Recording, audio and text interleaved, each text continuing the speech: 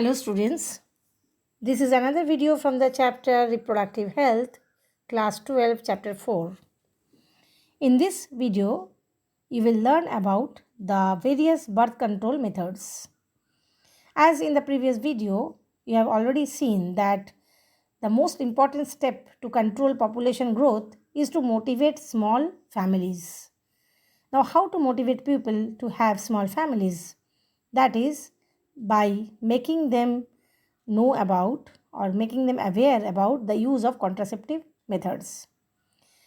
Now there are various type of birth control methods, namely the natural method, which is also known as the traditional method. Secondly, the barrier method. Third is the intrauterine devices, which is known as IUDs or IUCDs, intrauterine contraceptive devices. Next come the oral contraceptives. Then come the injectables and implants, and finally the surgical method. Now, among all these 6 type of contraceptive methods, the surgical method is the irreversible method and the permanent method, which is also known as sterilization. The remaining methods are reversible method, and these are as follows. The first is the natural method. So what is the natural method of contraception? These are some of the methods that work on the principle of avoiding the meeting of the ovum and the sperm naturally. These are again divided into 3 types. They are the periodic abstinence, coitus interrupts, and the lactational amenorrhea. Now, what is periodic abstinence? It's a method in which the couple avoids to abstain from the coitus from the day 10 to day 17 of the menstrual cycle, when the ovulation is expected to occur. Second type of the natural method is the coitus interrupts, which is also known as the withdrawal method, in which the male partner withdraws his penis from the vagina just before ejaculation so that to avoid insemination. The third type of natural method is the lactational amenorrhea, which is based on the principle that during the lactation period after parturition, the ovulation does not occur. The second method is the barrier method. In this method, the prevention of the contact of sperm and the ova takes place with the help of barriers. Now, such method can be available for both males and females.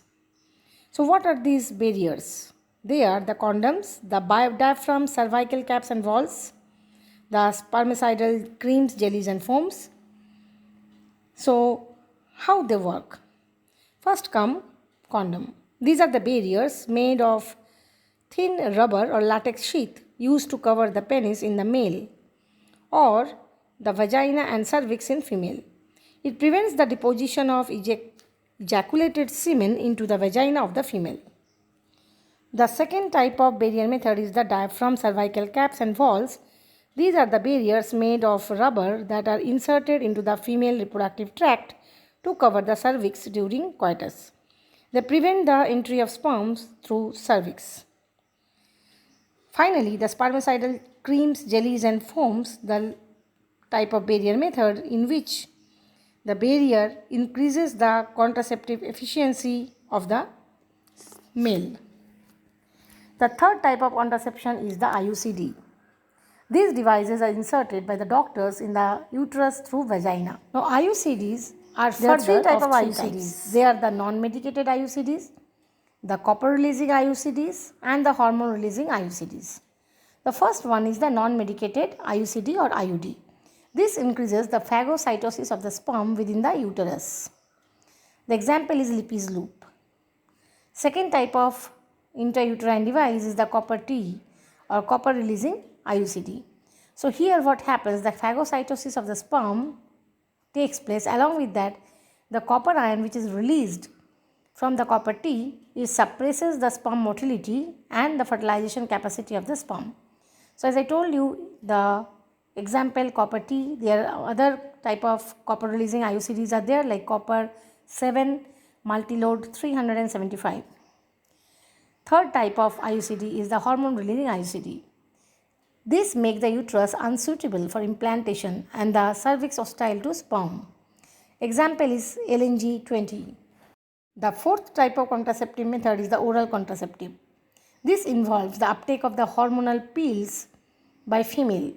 Now these pills are either the progesterone or progesterone-estrogen combination in the form of pills.